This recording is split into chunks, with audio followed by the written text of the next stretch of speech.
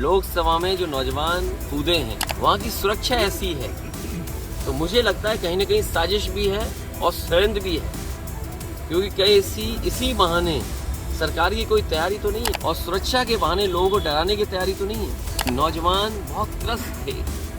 नौजवानों के परिवार से जब जर्नलिस्टों ने बात की तो परिवार के सदस्यों ने बताया कि नौजवान दुखी थे, उन्हें रोजगार और नौकरी नहीं मिल पा रही थी, कि आने वाले समय में परिवर्तन होगा, बीजेपी हटेगी। और मैंने नारा दिया है कि सभी दल साथ आएं, खासकर जो समाजवादी पार्टी के साथ गठबंधन में थे। गठबंधन 80 हराव का नारा देगा। जब 80 हारेंगे तभी भारतीय जनता पार्टी हटेगी, और भारतीय जनता पार्टी हटने से ही देश खुशहाली के रास्ते पर जाएगा।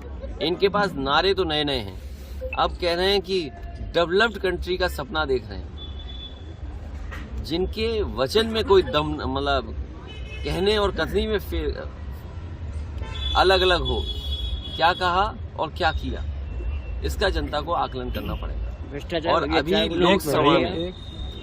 लोकसभा में जो नौजवान कूदे हैं, ये सही बात है कि सुरक्षा, और वहां पर सुरक्षा जो प्रधानमंत्री जी का ड्रीम प्रोजेक्ट था, अगर ड्रीम प्रोजेक्ट में जो लगभग 25,000 करोड़ का बना है, वहां की सुरक्षा ऐसी है, तो मुझे लगता है कहीं न कहीं साजिश भी है और षड्यंत्र भी है, क्योंकि कहीं इसी बहाने सरकार की कोई तैयारी तो नहीं है।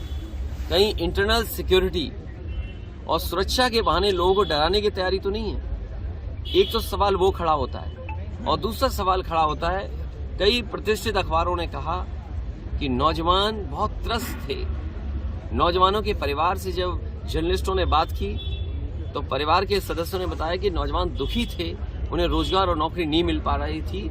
इसी वजह से गूंगी बहरी सरकार को जगाने के लिए वो नौजवान लोकसभा में कूद गए। मैंने कई मौकों पर कहा कि जिस तरह का परिणाम आया है, भारतीय जनता पार्टी के लिए चिंता का विषय है।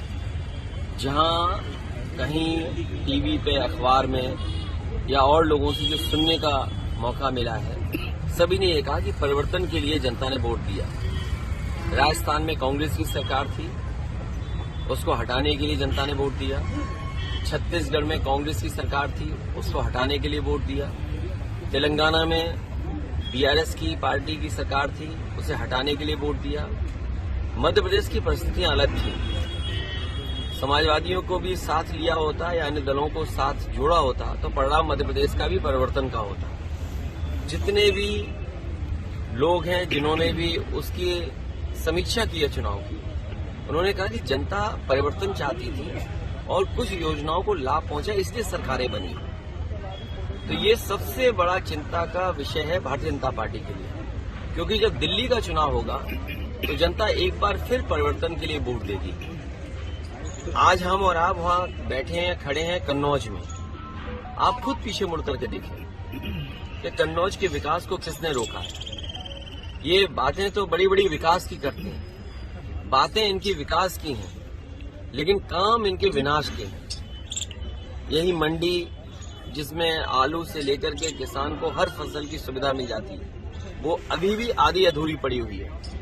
केवल हम लोगों के बोलने की वजह से वो चालू हो गई। तिरवा रोड पर मेडिकल कॉलेज के सामने मंडी का बाजार था, किसान बाजार, वो अभी भी आधा अधूरा पड़ा हुआ है। मेडिकल कॉलेज की स्थिति हमसे बेहतर आप जानते हैं, और अगर आपको दिखाना हो और अगर आप सच्चे और ईमानदार पत्रकार हैं तो अपने कैमरे और माइक लेकर के मेडिकल कॉलेज में किसी कोने में चले जाएं। जिस तरह से बजट मिलना चाहिए था वो बजट नहीं मिला, और ना बजट मिलने की वजह से आज मेडिकल कॉलेज में किसी भी गरीब का, किसान का और गांव में रहने वालों का इलाज नहीं हो पा रहा है। जिला अस्पताल में वो सुविधाएं नहीं है जहां गरीबों को इलाज मिल पाए, और लगातार अन्याय लोगों पर हो रहा है। महंगाई बढ़ गई, बेरोजगारी बढ़ गई। आप कन्नौज में बताइए, क्या कोई कारखाना लग गया, क्या उद्योग कोई आ गया? यही बीजेपी के लोगों ने सपना दिखाया कि निवेश के लिए हम बड़े बड़े कार्यक्रमों का आयोजन हुआ। क्या निवेश पहुंचा जमीन पर? और अगर निवेश जमीन पर पहुंचा है तो उस निवेश के माध्यम से कितनी नौकरी, कितने रोजगार मिले, ये सरकार बताए। अब जमीनें ढूंढी जा रही है जिलों में। सुना है कुछ दिनों पहले सरकार ने यह कहा कि निवेश के लिए जमीन चाहिए। जो सरकार 2 साल होने वाले हैं, अगर निवेश के लिए जमीन नहीं ढूंढ पाई है तो निवेश होगा कहां पर? आपके जिले में भी कहीं न कहीं जमीन चिन्हित करने की कोशिश की होगी। तो बताइए, निवेश के लिए जमीन ढूंढ रहे हैं और जो निवेश के लिए सब कुछ तैयार है वो आधा अधूरा पड़ा हुआ है। एम्बुलेंस इन्होंने बर्बाद कर दी, पुलिस को बेईमान इन्होंने बना दिया। अभी मैं आया हूँ, कई लोगों ने मुझे जानकारी दी कि पुलिस किस तरह अन्याय कर रही है उनके साथ। यहाँ बैठे लोग हैं, राजेंद्र है बैठे हैं, इनके साथ कितना अन्याय हुआ। मुझे होम सेक्रेटरी तक कहना पड़ा, तब थोड़ी बहुत राहत मिली होगी उन्हें। तो ये स्थितियां हैं। अपने यहाँ व्यवस्था कर ले कोई पुलिस के लिए तो पुलिस मदद कर देगी या निष्पक्ष कार्रवाई हो जाएगी। अगर आपने व्यवस्था नहीं की तो पुलिस आपके पीछे पड़ जाएगी, और अगर आप भी सच्ची खबर दिखाओगे तो हो सकता है आपके खिलाफ भी कार्रवाई हो जाए।